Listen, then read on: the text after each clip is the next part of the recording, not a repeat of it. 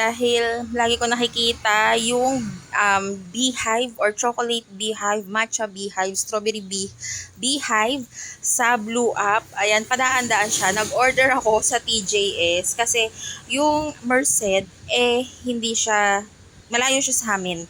So, if I'm not mistaken, Quezon City yun.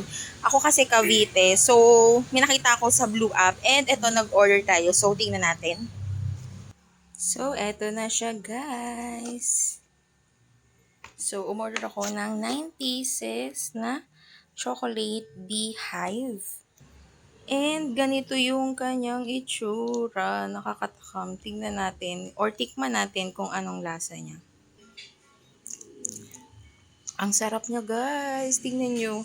Ano pala siya? Icing yung nasa ibabaw. Tapos coated siya ng chocolate. And meron siyang brownies yata tong nasa ilalim. Ayan, 9 pieces to guys. Ang sarap niya guys.